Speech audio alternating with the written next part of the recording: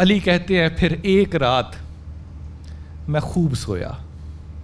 ایک رات ساری زندگی میں علی کہتے ہیں میں صرف ایک رات سویا.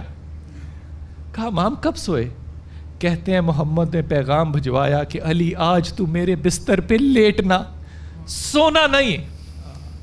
یہ نہیں کہا سو جانا، کہا علی تو آج میرے بستر پہ لیٹ جانا، جب صبح ہو تو لوگوں کی امانتوں کو لوٹا کے مدینے چلے آنا. علی کہتے ہیں خدا کی قسم میں رات کو عبادت کے لیے نہیں اٹھا، مجھے یقین تھا صبح میں ضرور اٹھوں گا. مجھے محمد کی بات پہ یقین ہے. یہ مسکینی ہے نا، یہ مسکینی. لیکن غور فرمائیے، جب آمنے سامنے ہوئے سفین میں تو حیا کا ذرا عالم دیکھیے گا. کہاں بچوں کو پانی نہیں تھا، یہاں علی کہتے ہیں پانی پہ ہمارا قبضہ ہے، یہ اللہ کی نعمت ہے. خبردار ان جانوروں کو بھی پانی سے مت روکنا، ان کو بھی پانی تک آنے دو. یہ حیا ہے نا. پھر اس بات پہ اچنبا کس چیز کا کہ اسی کا بیٹا اگر چراغ بجھا دے اور کہے کہ جس کو جانا ہے وہ چلا جائے، اس میں کیا اچنبے کی بات ہے؟ حیا والے حیا ہی کریں گے، حیا والے اور کیا کریں گے. لیکن مشکل پتہ ہے کیا ہے؟ کہ اپنے آقا کو پہچاننا ضروری ہے.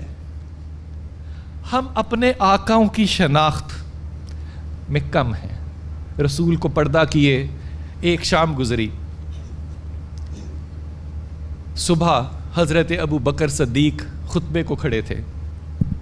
دیکھا امام علی شہزادے کو کندھوں پہ اٹھائے مسجد کی طرف تشریف لا رہے ہیں. حضرت اب ممبر رسول ہے جہاں خطبہ دے رہے ہیں آپ، یہ ممبر رسول ہے. حضرت ابو بکر نے ممبر رسول کو چھوڑ دیا، نیچے اتر آئے.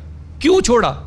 یہ سنت ابو بکر تو نہیں ہو سکتی، یہ سنت رسول ہے.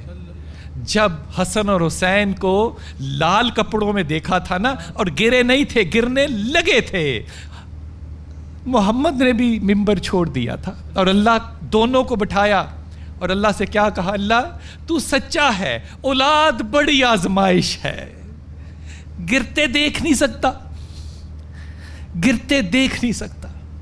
ابو بکر نے بھی اسی سنت کو، ممبر چھوڑا، اترے، نیچے آئے. علی کو کہا شہزادے کو نیچے اتارو. شہزادے کو نیچے اتارا علی نے. ابو بکر نے اٹھایا اور وہیں چوما جہاں رسول چوما کرتا تھا، جس کو لبوں پہ چومتے تھے اور جس کو گلے پہ چومتے تھے، وہیں چوما. اور کہتے ہیں علی کرم اللہ سے، علی اس شہزادے کی شکل تو بالکل آقا جیسی ہے. آقا کو پہچانیں گے تو مانیں گے، آقا کو پہچانیں گے تو مانیں گے. حضرت عمر خطاب سے بڑا فاتح اس کائنات میں شاید آئندہ آ بھی نہیں سکتا. اور دعا کیا کرتے ہیں خدا سے؟ کہتے ہیں اللہ تو مجھے شہادت دے دے. صحابہ کہتے ہیں عمر آپ اتنی بڑی سلطنت کے امیر اور محفوظ، آپ اللہ سے کیسی دعا کرتے ہیں؟ یہ عقل میں نہیں آنے والی. عمر کہتے ہیں تم میرے اور خدا کے معاملے میں مت آؤ، یہ میرا اور میرے رب کا معاملہ ہے. کیسے معاملہ ہے؟ اس بات کو یہاں رکھ کے تھوڑا سا اگر اجازت دے تو پیچھے چلا جاؤں. حضرت علی فوج کے ساتھ جا رہے تھے تو ایک جگہ رکے، ایک درخت تھا، اس کے سائے کے نیچے بیٹھے، ہاتھ نیچے رکھا، تلوار اوپر رکھی سینے کے، آنکھیں بند کی، اٹھے اور پھر فوج میں ساتھ شامل ہو گئے. صحابہ نے کہا امام سے، علی اس فوج کو روکنے کا کیا مقصد تھا؟ وہاں جا کے لیٹنے کا کیا مقصد تھا؟ کہا کچھ نہیں، مجھے نہیں معلوم کیا مقصد تھا. میں جب محمد کے ساتھ یہاں سے گزر رہا تھا، محمد نے ایسے ہی کیا تھا، بس یہی مقصد تھا. عمر کہتے ہیں مجھے شہادت نصیب فرما. شہادت اللہ نے نصیب فرمائی. اب جب شہادت ہوئی تو کردار دیکھیے, اپنے بیٹے کو بلایا اور عبداللہ سے کہتے ہیں, عبداللہ میں اب اس دنیا سے پردہ کر جاؤں گا. دیکھو جہاں محمد اور ابو بکر مدفن ہیں, ماں سے جا کے پوچھو اگر وہ اپنے حجرے میں مجھے بھی جگہ دے دے, پوچھو جا کے اس سے. عبداللہ گئے, ہماری ماں سیدہ عائشہ سے پوچھا. حضرت عائشہ کہتی ہیں میں نے دل میں سوچا ہوا تھا کہ اپنے باپ اور شوہر کے ساتھ اس قبر میں میں مدفن ہوں گی. پھر جب عمر کا پیغام آیا تو عائشہ کو اس بات کا علم ہو گیا کہ عائشہ تیری جگہ اس حجرے میں نہیں ہے. میں نے کہا ہاں, تمہارا والد اگر اس دنیا سے پردہ کرے تو یہاں آ جائے. عبداللہ نے آ کے خبر دی کہ بابا ماں نے اجازت دے دی. عبداللہ کو کہتے ہیں دیکھو ابھی میں زندہ ہوں اور امیر المومنین ہوں, جب میرا جنازہ تیار کر لینا تو دروازے کے اندر نہ لے کے جانا, رکھ دینا. ہو سکتا ہے ہماری ماں نے میرے زوم میں یہ بات کہہ دی ہو. پھر جانا اندر, پھر پوچھنا کہ کیا اب اجازت ہے میرے والد اندر آ جائیں. یہ جو آپ تیز لے کے چلتے ہیں نا جنازے کو, یہ وصیحت ہے عمر خطاب کی.